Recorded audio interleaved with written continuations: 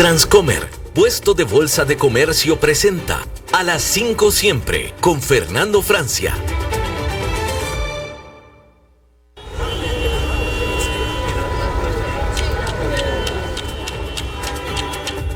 A esta hora bajamos el ruido y subimos el entendimiento de lo que importa.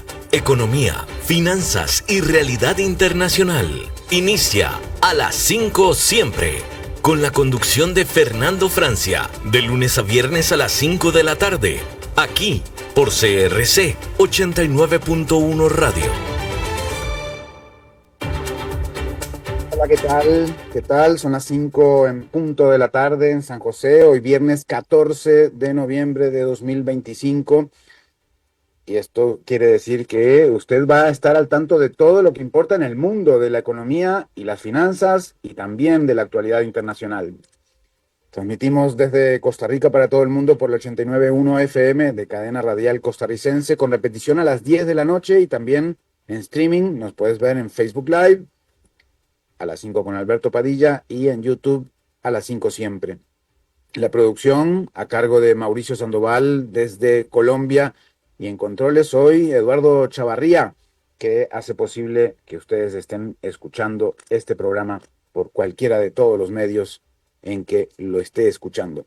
Como siempre, tenemos noticias del mundo financiero, de la economía global y de la geopolítica en la primera media hora. Y bueno, seguimos con nuestros especiales de Guatemala, un país hermoso y bueno, con muchas dificultades, pero también con muchos desafíos y muchas oportunidades. No tanto en el fútbol, porque aparentemente ya, bueno, parecido a Costa Rica, pero Guatemala ya definitivamente quedó fuera de esa ilusión que tenía de entrar al Mundial, porque ganando 2 partidos podía entrar directamente, pero perdió con Panamá, en fin. Así que hay una sensación hoy de esa resaca que no les gusta tener a los países futboleros. Pero bueno, así es la vida, y Guatemala todavía no ha podido debutar en un mundial, siendo el país grande de Centroamérica realmente, porque uno piensa en Centroamérica, piensa en muchos países pequeños, ¿no? Porque está México grande a la par, está Estados Unidos por allí, está Brasil, Colombia, países muy grandes, y en Centroamérica sentimos esta idea, ¿verdad?, de países pequeños. Pero claro, Guatemala con 20 millones de habitantes, 4 veces más en habitantes que Costa Rica, y también como el doble quizás de tamaño. No tengo las cifras exactas, pero creo que andan por 100.000 kilómetros cuadrados. Así que bueno, y eso también repercute, se nota en la ciudad, se nota también en las presas, se nota en la actividad cultural, se nota en la diversidad que uno puede experimentar en distintas partes de Guatemala. Pero vamos a las noticias. Una vez hacemos nuestro recorrido del panorama global. La Casa Blanca acusa, en Estados Unidos por supuesto, la Casa Blanca acusa al gigante chino Alibaba de brindar apoyo tecnológico a operaciones del Ejército Popular de Liberación contra objetivos en Estados Unidos, según un memorándum de seguridad citado por el Financial Times. El documento contiene información desclasificada de alto secreto que, según Washington, demuestra que las capacidades tecnológicas de Alibaba representan un riesgo para la seguridad nacional. Y esto, pues, lo ha dado a conocer el periódico, el Financial Times, un periódico global, obviamente basado en Estados Unidos, citando a estos documentos, ¿no? Dice que el gobierno de Washington acusa a Alibaba de proporcionar apoyo tecnológico a operaciones militares chinas contra objetivos en Estados Unidos. Así que es una acusación fuerte. Vamos a ver en qué depara eso. Por otro lado, en la empresa Walmart anunció que su CEO, su director ejecutivo global, Doug McMillon, se jubilará en 2026 y lo reemplazará John Furner, jefe de operaciones estadounidense. La noticia pesa sobre el mercado. Las acciones retrocedieron cerca del 3% antes de la apertura este viernes. Y en Asia, Tailandia aplicará desde el 1 de enero un arancel del 10% a productos importados de bajo valor, que hasta ahora estaban exentos si costaban menos de, mm, bueno, cerca de $46. Si costaban menos de $50, se le va a aplicar un arancel del 10%. El gobierno busca frenar la entrada masiva de mercancía barata que afecte a las pymes tailandesas. Plataformas de e-commerce y empresas logísticas deberán colaborar en esa recaudación. Un anuncio que se va a hacer efectivo a partir del 1 de enero, una medida que será efectiva a partir del 1 de enero y se anunció en estos días. Seúl, en Corea del Sur, Seúl subirá en 20% los subsidios a vehículos eléctricos en 2026 hasta casi 1.000 millones de wones, unos 650 millones de dólares. También ampliará financiamiento para proveedores locales y garantías para fabricantes en Estados Unidos y México. La medida busca amortiguar el impacto de los aranceles estadounidenses y sostener una industria que exporta 70.000 millones de dólares anuales. Así que ahí se mete de lleno a defender la industria Corea del Sur. Vámonos a África. JP Morgan retomará el dollar clearing en Angola. El dollar clearing es el servicio que permite a un banco en un país extranjero procesar pagos y transferencias en dólares estadounidenses. Un servicio que casi todos los bancos habían abandonado hace una década por riesgos de corrupción y lavado en ese país. Aunque Angola sigue en la lista gris del Grupo de Acción Financiera Internacional, el regreso del banco estadounidense indica mayor confianza en las reformas económicas emprendidas por Angola. Analistas señalan que esto mejora la liquidez del país petrolero, aunque también implica mayor vigilancia internacional sobre su sistema financiero. Empresas africanas, por otro lado, empresas africanas atraen mirada de Bolsa de Londres. La Bolsa de Londres intenta sumar empresas africanas tras su peor semestre de Initial Public Offering, o lo que conocemos como oferta pública inicial, las IPOs, en 30 años. Solo 160 millones de libras, unos 216 millones de dólares recaudados en la Bolsa de Londres. Las reformas regulatorias británicas buscan seducir a firmas africanas de alto crecimiento en un contexto global debilitado por tarifas, volatilidad y energía cara. La Bolsa de Londres quiere reactivar su papel como plataforma de entrada para compañías de mercados emergentes. ¿Se acuerdan que habíamos visto cómo muchas veces compiten las bolsas de Londres, como por ejemplo la bolsa de Nueva York, por tener enlistadas a ciertas empresas? Y, por ejemplo, como Suecia ha tratado de mantener a sus empresas enlistadas en su propia bolsa. Así que, bueno, aquí lo que busca la Bolsa de Londres es atraer a las grandes compañías africanas. Vamos a Europa. En Suiza, el fabricante suizo de maquinaria de precisión, KR Pfeiffer, usado por Mercedes-Benz y Bosch, despedirá a 80 de sus 105 empleados.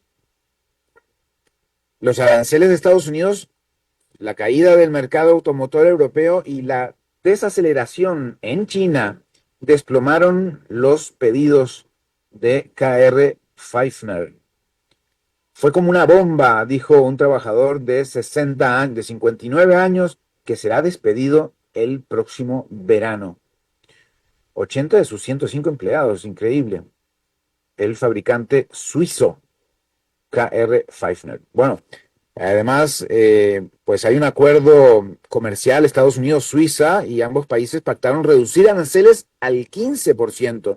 A cambio, empresas suizas invertirán 200.000 millones en Estados Unidos antes de 2028 en sectores como farmacéutica, ferrocarriles y metales. Y bueno, Washington destacó que parte de esa manufactura se trasladará al territorio estadounidense. Acá vemos de nuevo eh, cómo se aplica esto de que los aranceles han sido utilizados como un mecanismo de negociación. Yo creo que esto tiene que ser analizado en profundidad.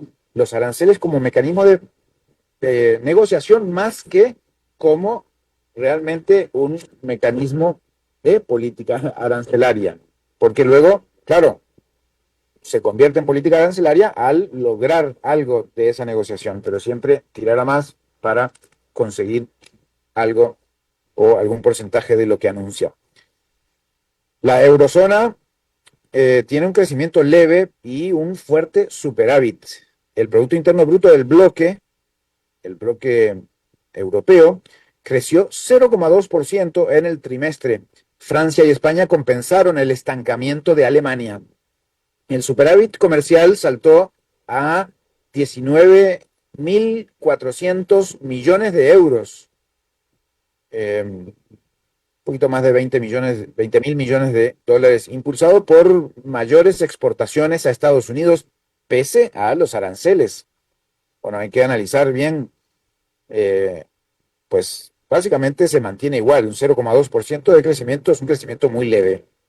Y en América Latina, Argentina, eh, tras el anuncio de un amplio acuerdo comercial, lo dijimos ayer, entre Estados Unidos y Argentina, el S&P Merval, el índice del mercado de valores en Argentina, subió casi 4% y con acciones que treparon hasta 27% de algunas de las empresas. Bonos en dólares avanzaron 1,7% y el riesgo país cayó a 616 puntos. La reacción positiva se aceleró hacia el cierre de hoy en el mercado de valores de Argentina. Y manteniéndonos en Argentina, la disputa política se da también porque el gobierno de la provincia de Buenos Aires, de Axel Kicillof, opositor a Javier Milei, alertó que el acuerdo con Estados Unidos compromete a la industria, favorece un perfil más primario y limita el desarrollo tecnológico de la industria argentina. La Casa Rosada, obviamente, lo califica de histórico acuerdo con Estados Unidos. Y bueno, pasándonos a Colombia, se da una fusión Tigo Movistar. La superintendencia en Colombia aprobó la integración de Tigo y Movistar, dos telefónicas que sumarán 41,5% del mercado móvil. La distribución que tenían a junio de 2025 era Claro como líder del mercado con 44,8%, Movistar en segundo lugar con 23,3% del mercado, Tigo con 18,2% del mercado. Entonces se juntan Movistar y Tigo, van a sumar 41,5% del mercado, todavía un poquito abajo de Claro. Hay otros actores que juntos suman un 10%. Se hizo un intento similar en Costa Rica entre Tigo y Liberty, que fue rechazado por la Superintendencia de Telecomunicaciones en Costa Rica por riesgo a afectar la competencia, seguramente por sus porciones de mercado. Así que en Colombia sí se dio la fusión Tigo-Movistar en este caso, y con ciertas condiciones. Y en Guatemala, bueno, ya lo informamos ayer, pero lo recordamos que estamos en Guatemala, el 70% de exportaciones va a tener cero arancel para Estados Unidos. El nuevo acuerdo bilateral, y lo anunció con satisfacción y en redes sociales el presidente Bernardo Arévalo.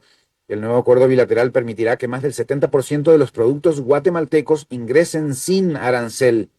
El resto de productos pagará un 10% de arancel. La medida alivia a los sectores afectados por los aranceles globales impuestos eh, para muchos países y se complementa con el Tratado de Libre Comercio vigente, aunque obviamente cambia las condiciones del Tratado de Libre Comercio. Guatemala asumió compromisos de transparencia, eliminación de trabas no arancelarias para poder llegar a este acuerdo con Estados Unidos y lograr lo que se ha celebrado aquí en Guatemala, por supuesto, más que lo que pudieron celebrar en el propio Estadio El Trébol, aquí cerca, eh, el acuerdo con Estados Unidos ayer.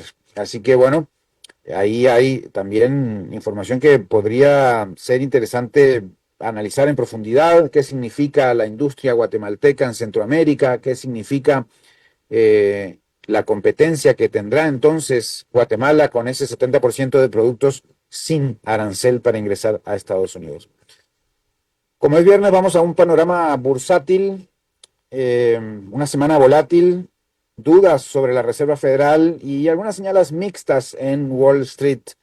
La semana movida en los mercados estadounidenses. Este viernes las bolsas lograron sacudirse parte del golpe del jueves. El jueves fue la peor caída en más de un mes, ayer, pero el rebote fue tibio. El Dow Jones cerró con una baja de 0,6%, mientras que el S&P 500 terminó apenas debajo de la línea plana, o sea, todavía en rojo. El Nasdaq logró subir 0,1%, imagínense ustedes, lo que significa apenas un 0,1%. Y viendo el tablero en vivo, sí, sigue el S&P abajo del 0, menos 0,5, 0,05 negativo, y el Dow Jones también 0,65 negativo, y solamente el Nasdaq en positivo 0,06. Pero básicamente están ahí estancados, mejor que el jueves, pero sin subir mucho. La volatilidad estuvo marcado por dos fuerzas: el giro más duro de la Reserva Federal y un mercado tecnológico que sigue ajustando expectativas después del boom de la inteligencia artificial. Un boom que todavía falta analizar porque estamos viéndolo en vivo y en directo. Tesla llegó a perforar los $400 por acción antes de recuperar un poco de terreno, y Nvidia volvió al verde tras 2 días de ventas fuertes y que permanecía a la baja. El telón de fondo es la pérdida de confianza en un recorte de tasas en diciembre. Es decir, que la industria, Wall Street, está viendo como que no se va a recortar las tasas por la Reserva Federal, que le toca hacer un anuncio en diciembre, el último del año. Hace un mes los operadores asignaban un 95% de probabilidades a un recorte de 0,25 puntos de la tasa, pero hoy esa apuesta cayó por debajo del 50%. La razón es que varios funcionarios de la Reserva Federal, incluido Neil Kashkari, presidente de la Fed de Minneapolis, varios funcionarios advierten que la economía sigue mostrando resiliencia y que la inflación aún no da señales suficientes de enfriamiento. Así que van a estudiar, todavía no está claro qué va a pasar con el anuncio de la Reserva Federal en diciembre. Recuerden que en 29 de octubre recortó 0,25 puntos.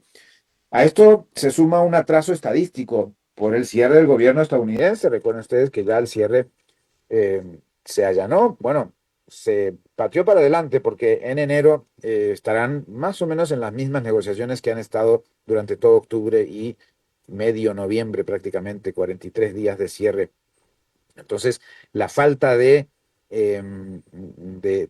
datos de la Oficina de Estadísticas Laborales no había podido divulgar datos claves. Entonces, eso también suma a esta incertidumbre. El informe de empleo de septiembre, que debió salir hace semanas, se publicará apenas el próximo jueves 20 de noviembre, una pieza central para calibrar la decisión de la Reserva Federal. Recuerden que la Reserva Federal maneja inflación por un lado, empleo por otro, y trata de ir regulando estos elementos, subiendo, bajando las tasas de interés, entre otras actividades. En el frente político-económico, la Casa Blanca prepara reducciones sustanciales de aranceles para abaratar alimentos muy sensibles, ya lo habíamos anunciado. Esto es una señal de que la inflación alimentaria se convirtió en prioridad electoral ahora. No estamos exactamente en época electoral, pero 2026 es un año electoral de medio periodo en las elecciones legislativas de Estados Unidos. Pero además Washington avanza en acuerdos comerciales con países de América Latina, también como se anunció ayer. Ya ustedes están viendo cómo el tráfico es bravo aquí en Ciudad de Guatemala. Las criptomonedas tampoco escaparon a la turbulencia. Bitcoin cayó por debajo de los $96,000 por unidad, su nivel más bajo en 6 meses. Y algo así nos lo había ya dado eh, nuestro analista de Bitcoin, Mauricio, que lo entrevistamos, Mauricio Castillo, que lo entrevistamos esta semana, y pues nos había dicho que va a empezar a bajar, y él ponía un par de topes importantes en 70,000 y hasta en 30 y pico de mil dólares por Bitcoin en los próximos meses. Vamos a ver. Pero bueno, esta semana fue de incertidumbre. Los inversores ahora esperan los datos laborales del jueves y las señales de política monetaria de la Reserva Federal, mientras la renta variable navega entre expectativas de recorte y temores de que ese recorte no llegue tan pronto. Así que así está Wall Street en esta semana, este viernes, y ya supongo que todos descansando. Bien, hace algunos... hace algunos, hace algunos meses, Alberto había hablado sobre la fusión, o más bien la compra de US Steel por Nippon Steel. En ese momento, un programa, no me acuerdo en qué día de junio, por ahí inicios de junio, Alberto decía que los accionistas querían esa fusión o esa compra, pero que el gobierno de Estados Unidos, sindicatos y otros actores no querían la compra. Alberto obviamente defendía que quienes saben lo que es bueno para una empresa son sus dueños, sus accionistas, pero eh, no,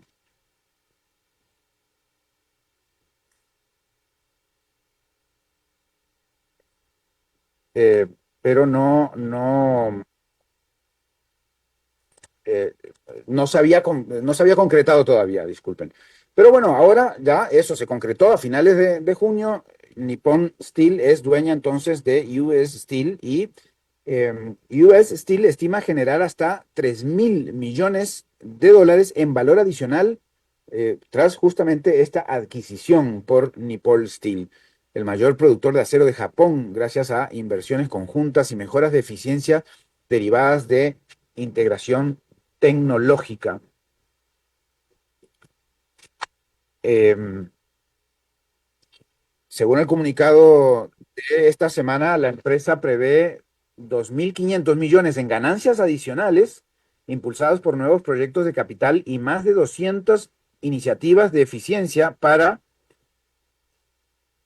eh, más de 200 iniciativas de eficiencia para optimizar producción y reducir costos. La compra valorada en 14.000 millones, se cerró en junio, como les decía, tras una intensa disputa corporativa que incluyó debates políticos en Washington, como había referido Alberto Padilla en su momento aquí en el programa a las 5 con Alberto.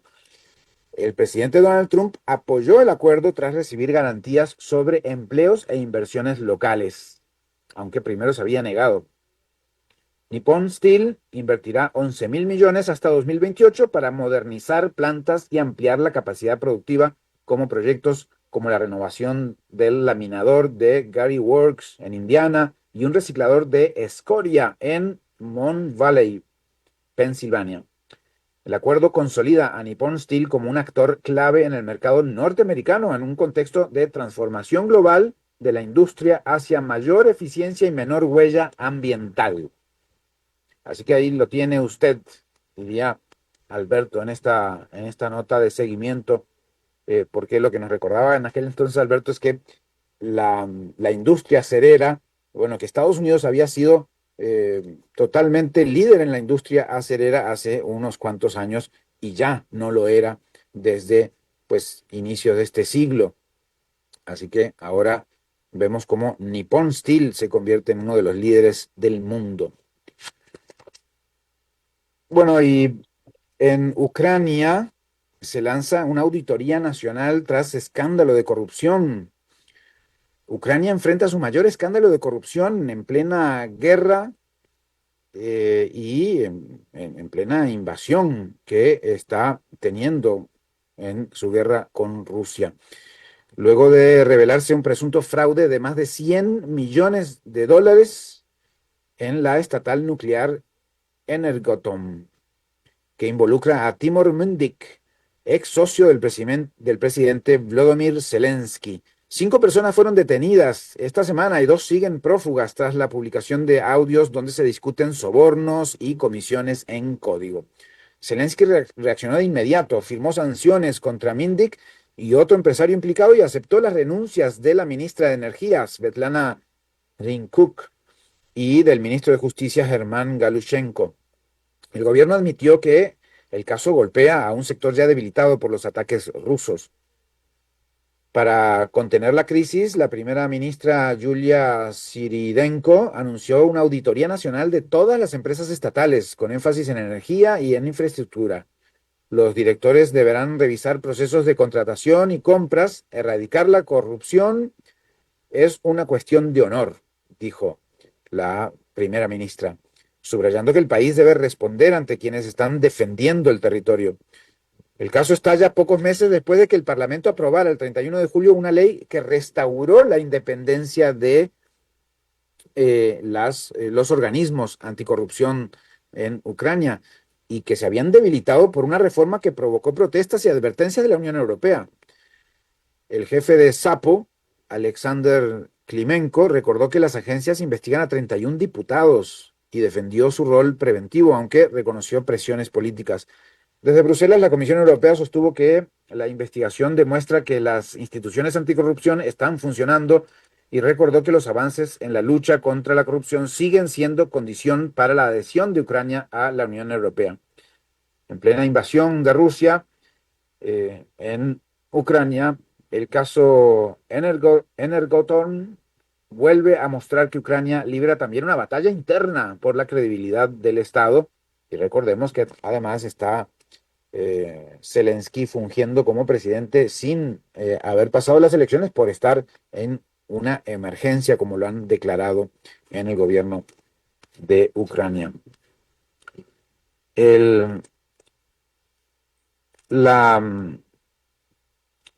Hay una investigación interesante que se hizo.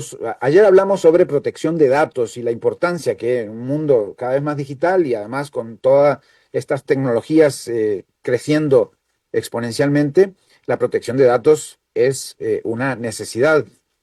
Amazon decidió eliminar en sus dispositivos Echo una función que permitía procesar comandos de Alexa sin enviarlos a la nube. Era poco usada, pero reabre la discusión clave. ¿Realmente a nosotros como personas nos importa la privacidad digital? Le pregunto a usted, le importa la privacidad digital o comparte todo lo que puede por todas las redes que pueda y pone todo lo que puede de su realidad, de su vida en las redes sociales. Bueno, más aún cuando investigaciones de Surfshark indican que Amazon es una de las compañías que más datos recolecta. Así que usted le está dando muchos datos al gigante tecnológico Amazon.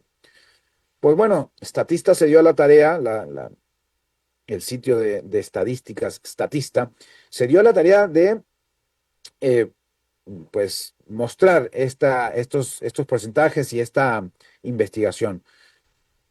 Según Statista, la preocupación por el mal uso de datos varía según el país. Por ejemplo, en Estados Unidos solo el 27% dice estar preocupado, pero un 29% toma medidas para protegerse. Es decir, más gente toma medidas para protegerse de los que dicen que están preocupados. Interesante dato. En España, sin embargo, más de la mitad, 56%, dice estar preocupado, pero solo el 42% actúa, ¿no? Sí, hablamos más de lo que hacemos, eso es bastante común.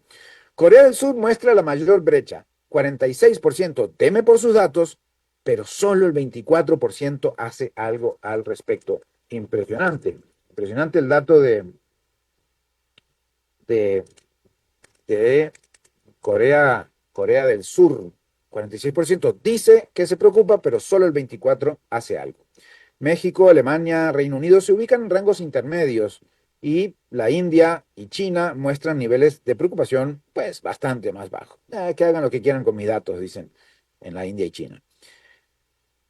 Bueno, obviamente dependemos más que nunca de los servicios digitales, pero seguimos delegando casi toda la responsabilidad de nuestra privacidad porque pues, no leemos la letra pequeña, no nos damos cuenta cuando aprobamos cosas que ni siquiera sabemos. La comodidad nos gana la partida, sin duda, y la pregunta es por cuánto tiempo más podremos permitir esa indiferencia, porque eso va a afectarnos cada vez más en nuestra vida cotidiana.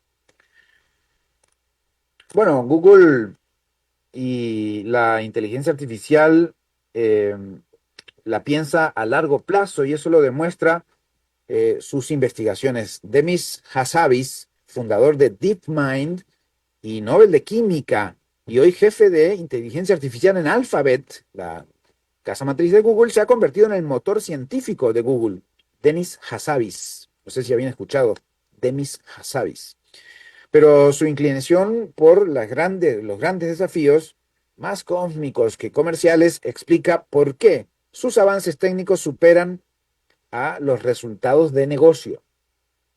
Desde la compra de DeepMind en 2014 por unos 650 millones de dólares, el laboratorio produjo hitos como AlphaFold, que predice la estructura de proteínas, pero también consumió más recursos de los que generó. Así que, eh, mientras tanto, OpenAI tomó la delantera con ChatGPT usando tecnologías que Google había creado y liberado sin explotarlas. Así que en esa carrera, pues ahí perdió terreno. Hassabis ha priorizado ciencia antes que ingresos. Un proyecto para aplicar la inteligencia artificial al trading con BlackRock nunca se concretó y rechazó la idea de una colaboración estratégica con OpenAI en 2019. Dentro de Google también buscó mayor autonomía para DeepMind, Hassabis, pero la dirección lo frenó. Tras el impacto de ChatGPT, por ahí 2023, Sundar Pichai unificó Google Brain y DeepMind bajo su liderazgo, pero entonces Google corrigió errores desde entonces Google corrigió errores y lanzó avances visibles. La familia Gemini, por ejemplo, mejoras en la búsqueda y el editor de imágenes Nano Banana, que atrajo millones de usuarios en muy pocos días. Aún así, algunos inversores cuestionan por qué Alphabet no domina la carrera de la inteligencia artificial. La empresa defiende que su fortaleza está en la investigación a largo plazo. Así que vamos a ver qué nos trae pronto. Hoy, Hassabis impulsa su nuevo objetivo, Alpha Assist, un asistente universal con capacidad de entender contexto humano y también de actuar. Su apuesta queda fuerte en que la inteligencia artificial debe resolver problemas profundos antes que perseguir ingresos inmediatos. Eso es lo que ha dicho entonces Asabi dentro de Google o dentro de Alphabet. Bueno, y hoy es viernes, vamos con una noticia del mundo del espectáculo. Los actores Michael Caine y Matthew McConaughey, ambos ganadores del Oscar en su momento, cerraron acuerdos con la empresa de inteligencia artificial Eleven Labs para permitir que su tecnología de Eleven Labs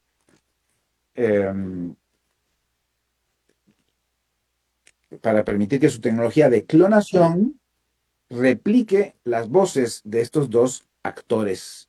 La iniciativa busca explorar nuevas formas de narración sin sustituir la interpretación humana. Kane, de 92 años, afirmó que Eleven Labs usa la innovación no para reemplazar la humanidad, sino para celebrarla.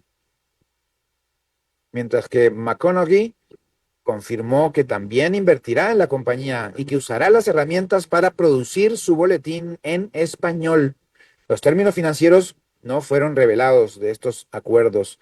Fundada en 2022 en Nueva York, Eleven Labs desarrolla inteligencia artificial para doblaje y narración con el objetivo de preservar la emoción y timbre original de cada voz. Sin embargo, ha enfrentado polémicas en 2023. Reconoció casos de uso indebido de su software, incluyendo un robo de voz del presidente Joe Biden en llamadas políticas falsas. La empresa asegura haber reforzado sus controles de seguridad para impedir imitaciones sin consentimiento. Con esta alianza de los actores con Eleven Labs, la empresa busca reposicionar éticamente y promover el uso creativo de la inteligencia artificial en el entretenimiento combinando tecnología y talento humano en una nueva etapa para la industria audiovisual. Bueno, vamos a hacer una muy breve pausa, Eduardo, y enseguida volvemos con más aquí a las 5 siempre. Siguen siendo las 5. A las 5 siempre. Entendemos lo que importa. Cuando vos estás bien, todo a tu alrededor mejora. Tu familia, tus amigos, tus planes, tu tranquilidad. Eso es tener una vida bien invertida. Comenzá a invertir en Transcomer.com. Expertos en inversiones inmobiliarias desde hace más de 20 años. Transcomer, una vida bien invertida.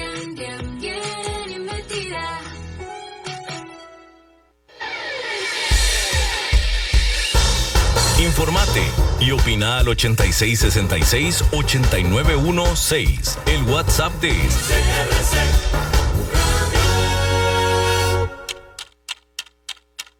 Cuando el reloj marca el cierre de la tarde, aquí abrimos el sentido. Economía, finanzas y realidad internacional. El programa creado por Alberto Padilla en Costa Rica. A las 5 siempre. Te esperamos de lunes a viernes a las 5 de la tarde con la conducción de Fernando Francia. Aquí, por CRC 89.1 Radio. Gracias, seguimos aquí.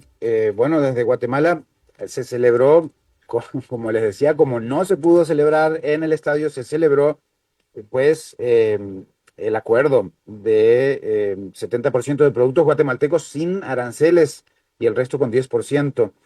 Estados Unidos y Guatemala anunciaron la creación de un marco para un acuerdo de comercio recíproco que marca un cambio significativo en la política arancelaria que afectó a las exportaciones guatemaltecas durante el gobierno de Donald Trump. El nuevo pacto busca consolidar la relación económica bilateral y se suma, pues, a lo que ya es al Tratado de Libre Comercio entre República Dominicana, Centroamérica y Estados Unidos, vigente de 2006, pero que pues ha sufrido estos golpes que ustedes ya saben. Pero además, bueno, también se anuncia hoy, incluso, noticia fresca, que hubo una modificación de tarifas de aranceles de Estados Unidos, nuevos acuerdos también en Costa Rica, y esto tampoco se pudo celebrar en el fútbol ayer por parte de Costa Rica, pero celebra ahora. nuevos acuerdos con socios comerciales y liberación de ciertos productos agrícolas y alimentarios, anuncia la Cámara de Industrias de Costa Rica. Este viernes 14 de noviembre, hoy la Casa Blanca confirmó que modificó eh,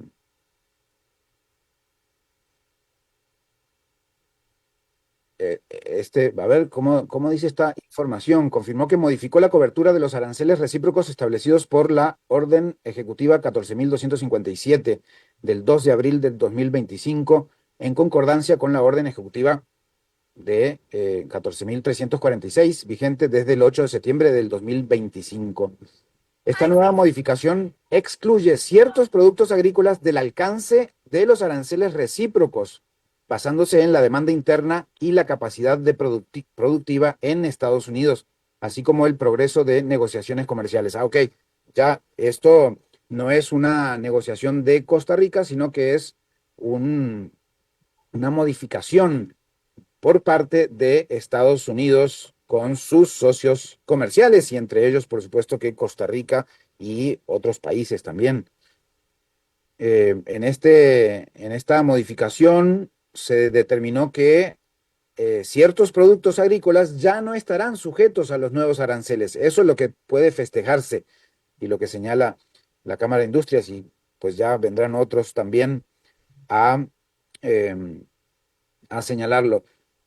Algunos productos agrícolas ya no estarán sujetos a los nuevos aranceles, y ese es el punto, entre los cuales destacan café y té, frutas tropicales y jugos de frutas, cacao y especias, bananos, naranjas y tomates, carnes de res y fertilizantes adicionales. Algunos fertilizantes nunca han estado sujetos a los aranceles recíprocos, así que bueno, son otros fertilizantes que no estaban en esa lista.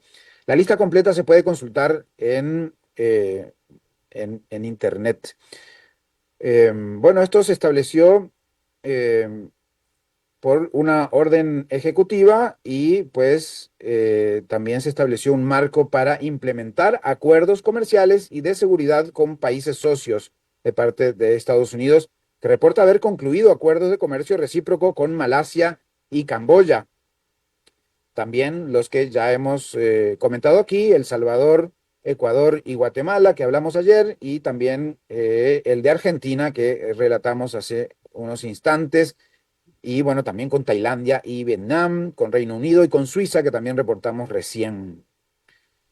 Es una decisión unilateral que Estados Unidos está aplicando. Claro, lo que veníamos diciendo también en esta semana, que Donald Trump quiere rebajar algunos de esos aranceles, porque pues pareciera que le están afectando en la popularidad y en distintos procesos que van a ser electorales en 2026, y se está cuidando. Las medidas, pues, podrían liberarse entonces una serie de productos de los aranceles, priorizando justamente los que no pueden cultivarse o extraerse, o productos de forma natural en cantidades suficientes en Estados Unidos. Y ahí viene el punto.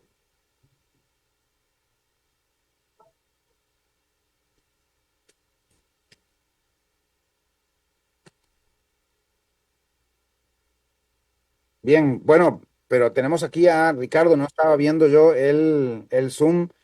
Espero que no estuvieses esperando mucho, Ricardo. Muchas gracias por conectarte. Aquí estamos. Buenas tardes, a la orden. Buenas tardes, muchas gracias. Bueno, vamos a tener muy poquitos minutos, Ricardo, para conversar sobre, no sé si podés referirte a justo este tema del acuerdo Guatemala y Estados Unidos en relación a 70% de productos que estarán fuera de los aranceles. ¿Es un logro para Guatemala? Esto se ha recibido con buenos ojos aquí en Guatemala, ¿cierto? Sí, sí, digamos, podemos evaluar esta noticia desde dos perspectivas, la perspectiva política y la técnica. Desde la perspectiva política, el gobierno lo ha presentado como un gran éxito. Justamente anoche estuve en un evento en el que habló el presidente Bernardo Arévalo en persona, y tanto en sus redes sociales como ayer en físico, en persona, escuchándole de un discurso, lo presenta ya como un gran logro de su administración de gobierno. Creo que es un logro que se le imputa a la ministra de Economía, pero también al canciller, al ministro de Relaciones Exteriores.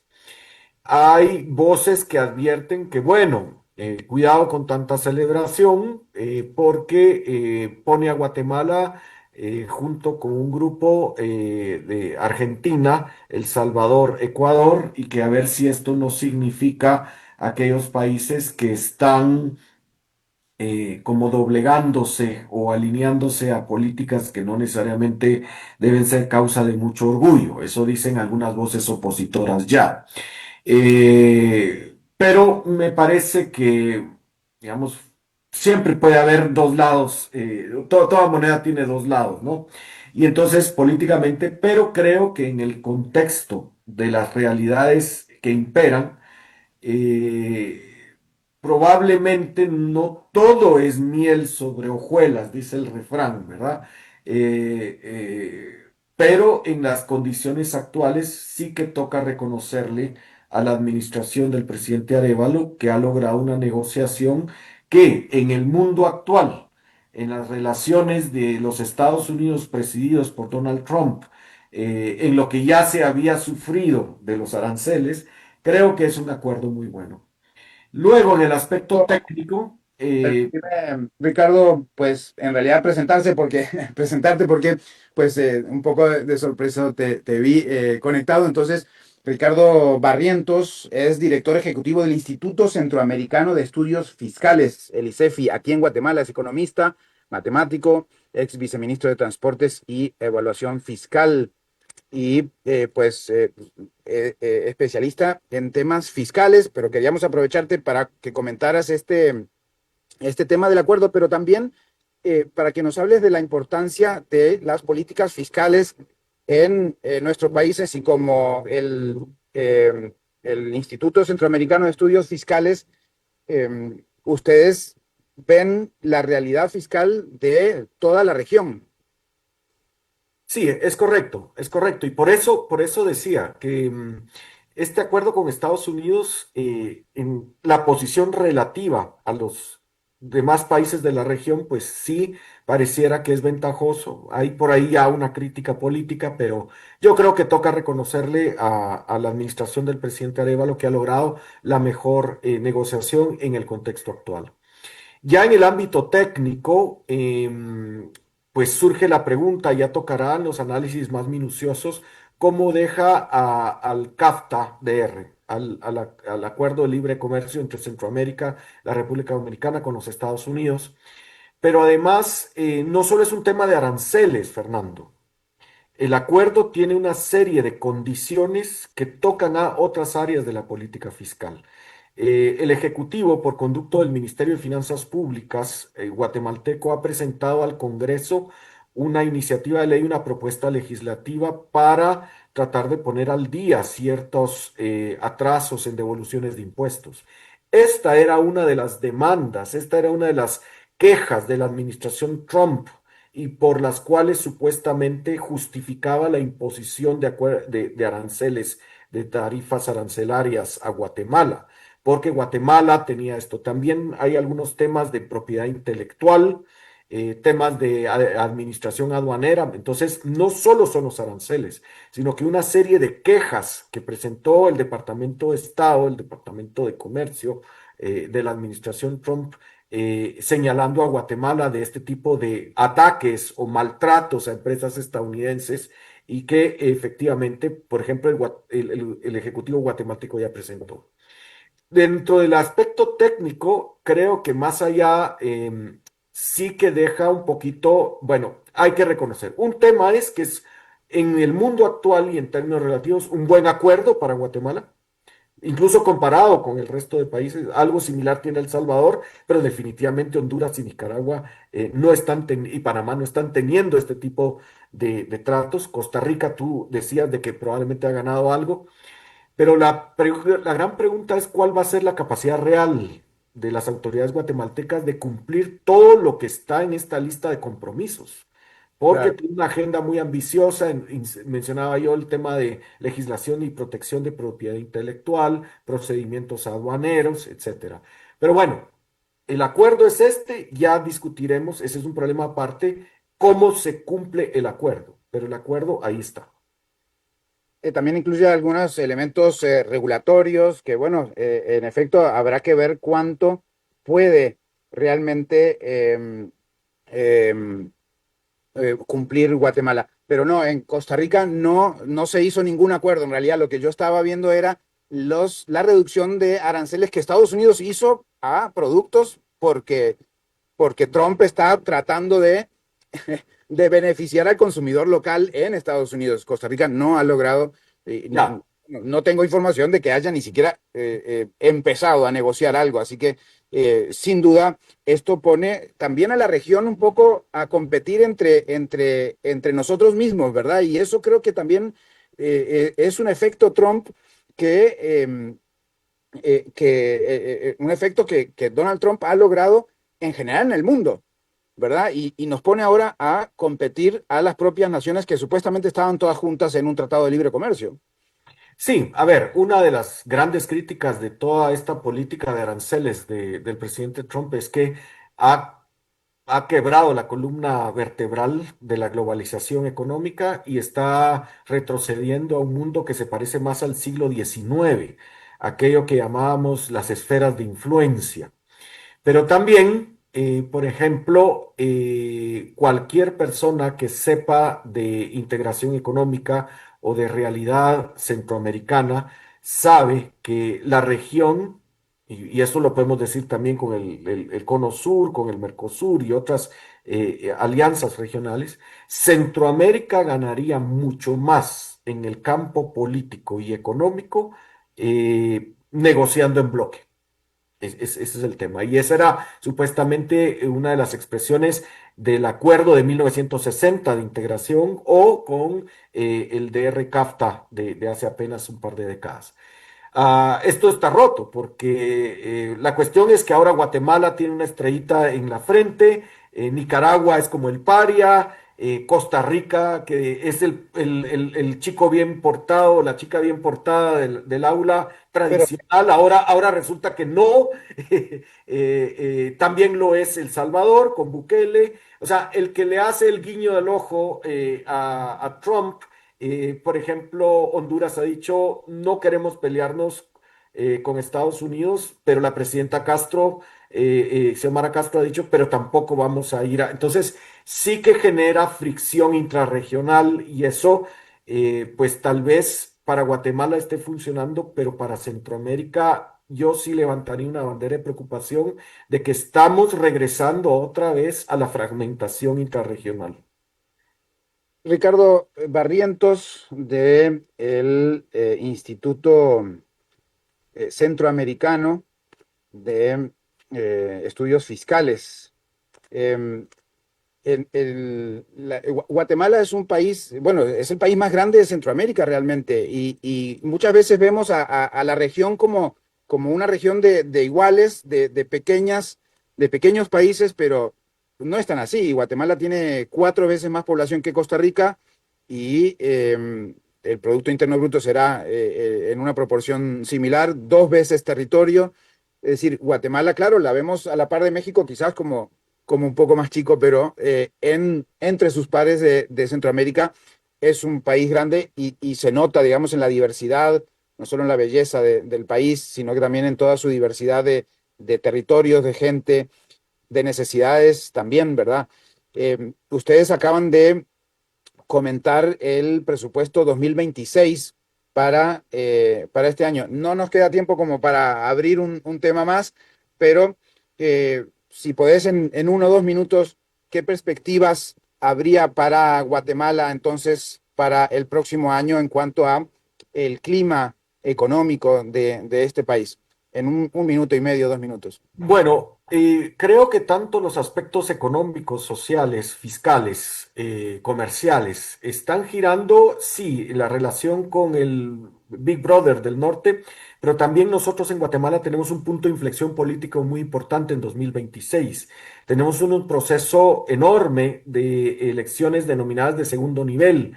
Se elige el Tribunal Constitucional, lo que allá en Costa Rica es la famosa Sala Cuarta del Constitucional. Se elige el Tribunal Supremo Electoral, se elige la Fiscalía, el Ministerio Público, que ha hecho noticias, la fiscal general ha sido sancionada por prácticamente toda la comunidad internacional, y todo esto de cara a cómo es que Guatemala va a perfilarse para su proceso electoral de 2027. Tenemos elecciones generales en 2027.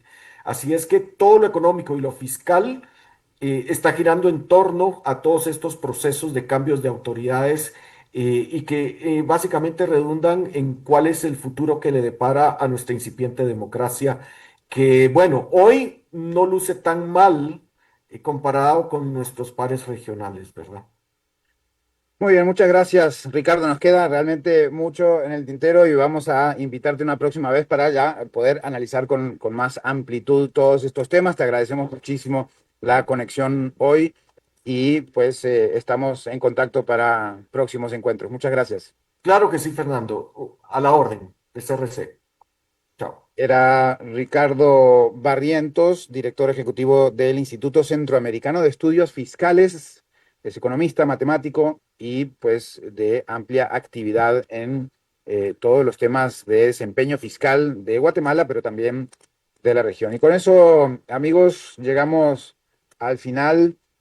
Les agradezco por compartir esta tarde y ya noche en A las 5 siempre, con producción de Mauricio Sandoval desde Bogotá, Eduardo Chavarría en los controles de CRC 89.1 Radio.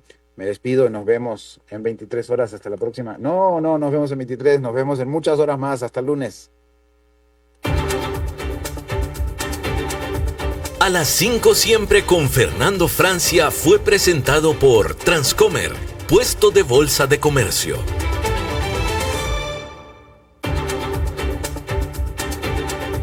Concluye A las 5 siempre, economía, finanzas y realidad internacional para entender lo que importa. De lunes a viernes a las 5 de la tarde, con la conducción de Fernando Francia, aquí por CRC 89.1 Radio.